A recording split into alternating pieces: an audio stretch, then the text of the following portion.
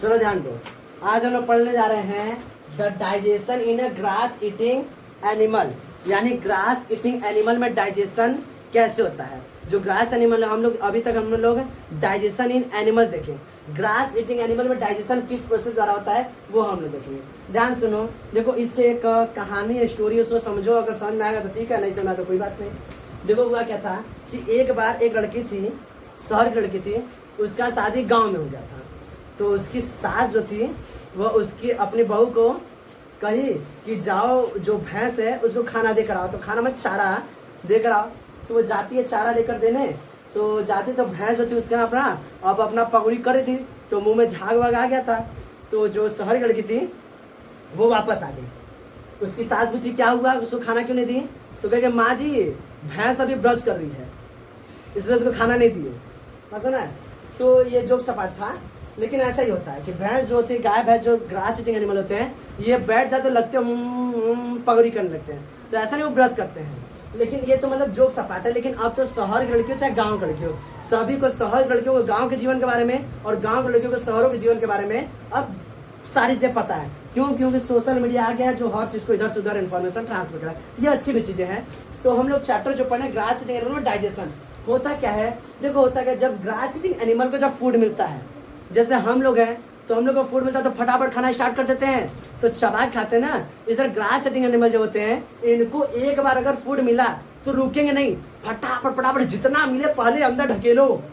अंदर क्या करते हैं, आधा पूछेंगे आधा चबाएंगे और आधा क्या करते हैं फटाफट क्या करेंगे, अंदर ले जाके उनके स्टमक में ही एक पार्ट होता है जहां पर इस फूड को स्टोर करना वो लोग शुरू करते हैं, जिसको बोलते हैं रूमेन। क्या बोलते हैं? रूमेन। बात समझ रहा है? क्या बताओगे कि जो ग्रास ईटिंग एनिमल होते हैं, इनको जब फूड मिलता है तो बिगड़ सोचिए समझ, भाई इंसान खाने के लिए तो जिंदा रहते हैं। हम लोग इधर थोड़ी ना कि अच्छा घर बनवा लें तो इधर बाइक ले लें, तो ये सब लोग मतलब नहीं, खाना है बस, ये उन लोग का जीवन है। कुछ काम है तो काम करेंगे, नहीं तो खाएंगे। तो उन लोग को जब फूड मिलता है तो वो लोग सोचते नहीं है, फटाफट खाना स्टार्ट, हाथ से नहीं, मतलब मुंह से आधा चबाएंगे आधा करेंगे, एकदम धका दे अंदर क्या करते जाएंगे, तुरंत पर स्वेलो यानी निकलते चले जाएंगे। और अंदर उनके स्टमक में एक पार्ट होता है जहां पर इस फूड को जो पार्सली डाइजेस्टेड है इनको स्टोर करना शुरू कर देंगे। इसे क्या बोलेंगे हम लोग? रूमेन। क्या बोलते हैं? रूमेन। वो क्या करते हैं, स्टमक के पार्ट में फूड को स्टोर करना शुरू करते हैं। फिर कुछ देर बाद जब उनको फूड नहीं मिलेगा, टाइम टू टाइम उस रूमेन में से फूड को, पार्सली डाइजेस्टेड फूड को मुंह में लेकर आएंगे और बैठ उसको डाइजेस्ट करेंगे और लेकर कहाँ जाएंगे, रियल स्टमक में।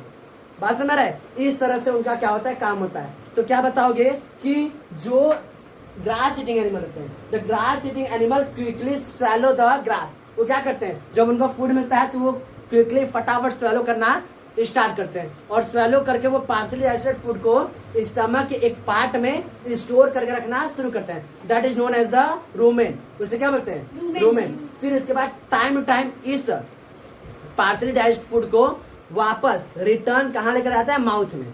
कहाँ लेकर आता है? माउथ में करता है। तो माउथ में जब लेकर आते हैं उसको बोलते हैं कर्ड। ये जो स्टोर कर रखा है इसको क्या बोलते हैं? कर्ड। जो अंदर रखे हैं फूड को उसको क्या बोलते हैं? कर्ड। ये कर्ड टाइम टू टाइम वापस कहाँ लाता है? मुंह में लाया जाता है और माउथ में लाया जाता है। और माउथ में जब लाते हैं इसको किस फॉर्म लाते हैं? लम्फ के फॉर्म में। कौन सा फॉर्म में? लम्फ मतलब कि इकट्ठा वहां पे सब लेकर आते हैं तो वो ढोका बन जाता है।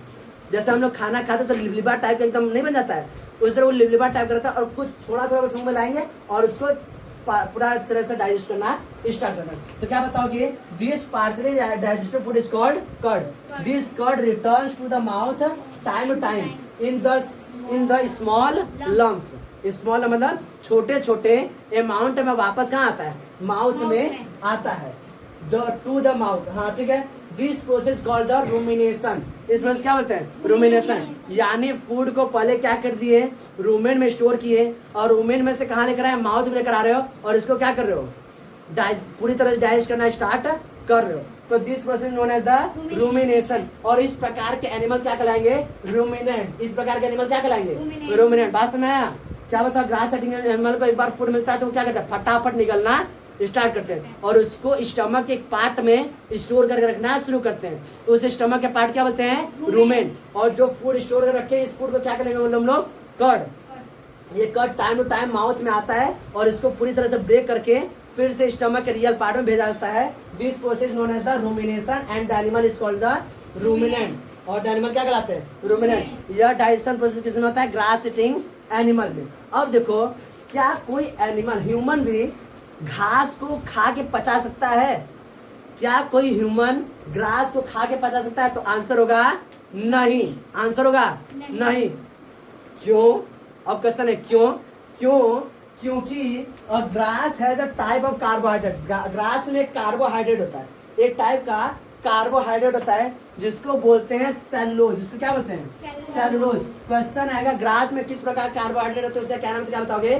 सेलुलोज। यह सेलुलोज आसानी से डाइजेस्ट नहीं होते। अगर हम लोग घास खा लेंगे ना तो खड़े निकलेगा, डाइजेस्ट नहीं हो पाएगा, क्योंकि हमारे अंदर ऐसे प्रोसेस नहीं है। क्यों? हम लोग पास रूमेन है कि हम लोग स्टोर करना नहीं है, तो और भी कई चीजें नहीं है। लेकिन कुछ एनिमल्स होते हैं जैसे हॉर्स एंड रैबिट।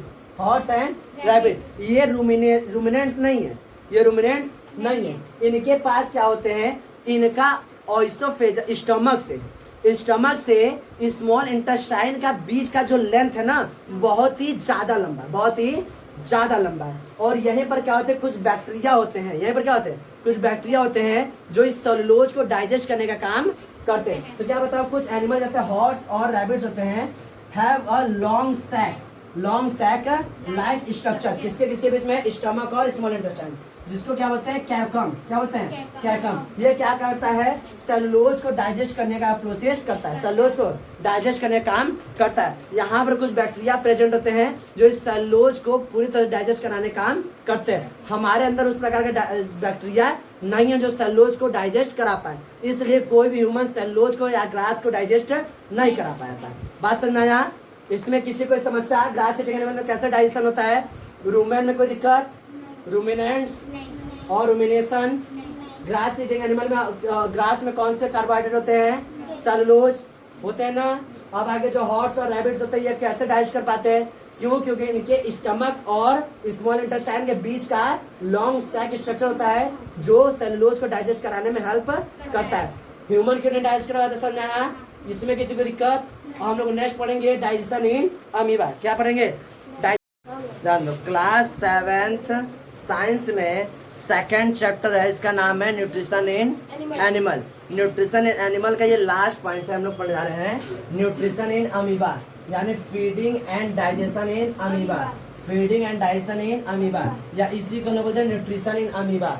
न्यूट्रिशन का मतलब होता है the process of taking food and its utilization is known as the nutrition. तो हम लोग क्या कर रहे हैं यहाँ पर? अमीबा क्या कर रहा है? फूड को इंटेक कर रहा है और डाइजेस्ट कर रहा है, this process known as the nutrition. तो यहाँ पर लोग क्या पढ़े? Nutrition in amoeba. तो इसके पूरे के जगह पर लोग लिख सकते हैं न्यूट्रिशन इन अमीबा। हाँ, कहो, कोई दिक्कत? न्यूट्रिशन इन अमीबा, यही हुआ। या तो हम लिखे feeding and digestion in amoeba, या तो न्यूट्रिशन इन अमीबा, कोई दिक्कत? तो हम लोग देखेंगे न्यूट्रिशन अमीबा। सबसे पहले हम समझते हैं अमीबा होता क्या है। अमीबा क्या होता है? क्या यह बहुत ज्यादा बड़ा होता है? क्या यह बहुत ज्यादा बड़ा होता है? क्या यह बहुत ज्यादा छोटा है? तो पहले हम समझते हैं अमीबा किस चिड़िया का नाम है। क्या यह हवा में उड़ता है? क्या नहीं। क्या यह जमीन पर रेंगता है? क्या यह 2 पैरों पे चलता है? क्या ये एक हाथ में चलता है? पहले हम समझते हैं अमीबा क्या होता है। तो अमीबा को समझते, तो अमीबा क्या बताओगे? Amoeba is a single celled microscopic organism. Amoeba एक सेल का, हम लोग का पूरा बॉडी सेल से बना हुआ है। किससे बना हुआ है? सेल से। सेल के बारे में डिटेल में तुम आगे के क्लासरूम में पढ़ोगे, लेकिन यहाँ पर समझो कि हमारा पूरा बॉडी किससे मिलकर बना हुआ है? सेल से मिलकर बना हुआ है। इसमें एक सेल बहुत छोटा होता है, इतना छोटा होता है कि हम लोग अपने आंख से देख नहीं पाते। देख पाओगे? नहीं देख पाते। उसके लिए हम लोग को माइक्रोस्कोप यानी सूक्ष्मदर्शी की आवश्यकता होती है। तो अमीबा क्या होता है? अमीबा बस केवल एक सेल होता है। कितने सेल होते हैं? हमारे बॉडी के अंदर लाखों करोड़ों सेल हैं, लेकिन उनके अंदर क्या होता है? बस एक सेल होता है। कितने सेल होते हैं? बस एक सेल। अब बता, एक सेल है, अब एक सेल है तो एक सेल में क्या उसका डाइजेस्टिव सिस्टम रहेगा, कि रेस्पिरेटरी सिस्टम रहेगा, कि ट्रांसपोर्टेशन सिस्टम रहेगा, कि स्केलेटन सिस्टम रहेगा, कि मस्कुलर सिस्टम रहेगा? क्या क्या रहेगा एक सेल में? एक सेल है, बस में है। जैसे समझो जैसे एक घर है, तो एक घर में अगर ढेर सारे अलग अलग रूम है, तो अलग अलग रूम का काम रहता है कि उनका किचन अलग, बेडरूम अलग, फिर नीचे हॉल अलग, ये सब अलग रहता है ना। अगर मान लेते बस एक ही रूम रहे तब, तो एक रूम में किचन अलग बनाओगे, अब एक ही रूम में एडजस्ट करना पड़ता है। उसी तरह उन लोगों के पास एक ही सेल है। क्या है? एक ही सेल है। तो उनके पास वेल डेवलप्ड डाइजेस्टिव सिस्टम नहीं होते हैं।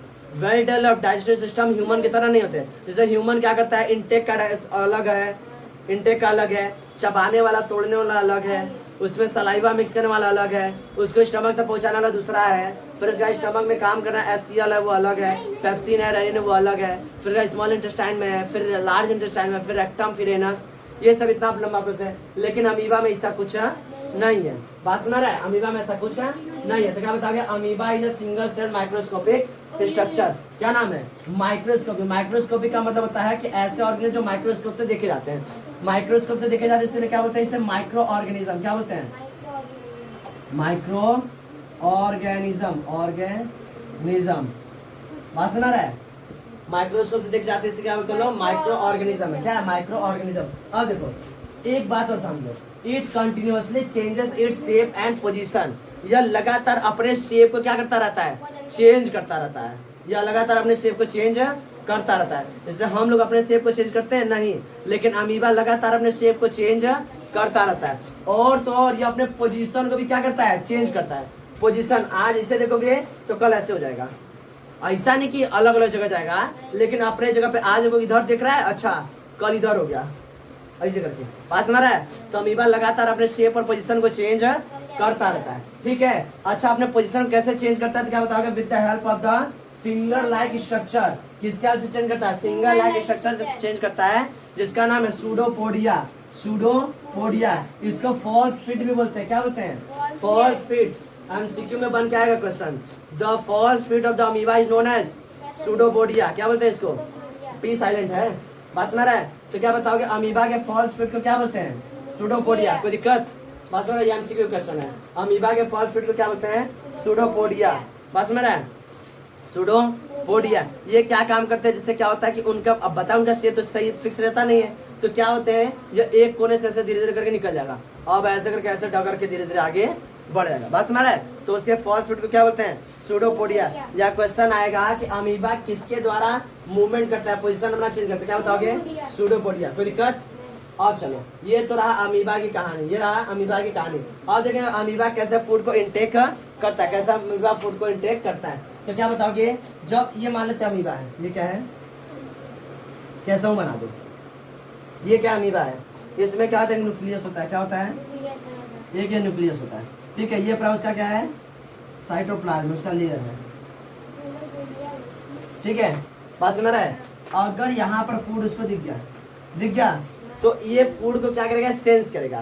तो क्या बताओगे? When it senses the food, जब इसको फूड कहीं पर दिख जाता है, फूड कहीं पर दिख जाता है, तो ये क्या काम करेगा? खुद को फूड की ओर, फूड की क्या करेगा? पुश करेगा। क्या करेगा? खुद को फूड की ओर पुश करेगा with the help of the pseudopodia. किसके द्वारा? सूडोपोडिया के द्वारा क्या करेगा? खुद को पुश करेगा। क्या करेगा? पुश करेगा। और फूड को क्या करेगा? ट्रैप कर लेगा। क्या कर लेगा? फूड को क्या करेगा? ट्रैप कर लेगा। बात सुना रहा है? फूड को ट्रैप कर लेगा। फिर उसके बाद फूड को क्या करेगा? इनगल्फ कर लेगा। फूड को क्या कर देगा? इनगल्फ कर लेगा।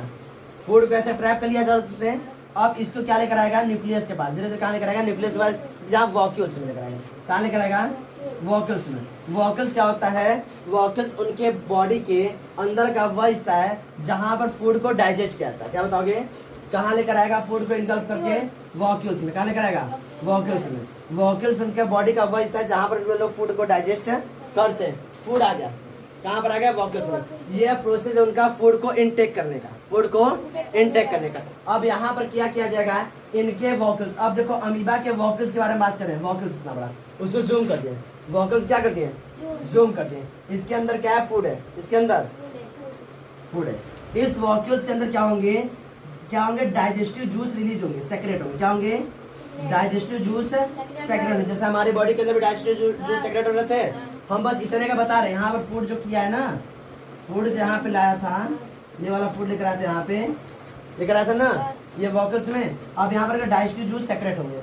डाइजेस्टिव जूस सेक्रेट होगा तो यह जो सब्सटेंस है, ये जो फूड है, यह क्या होगा? स्मॉल सब्सटेंस यानी सिंपलर सब्सटेंस में ब्रेक होगा। क्या होगा?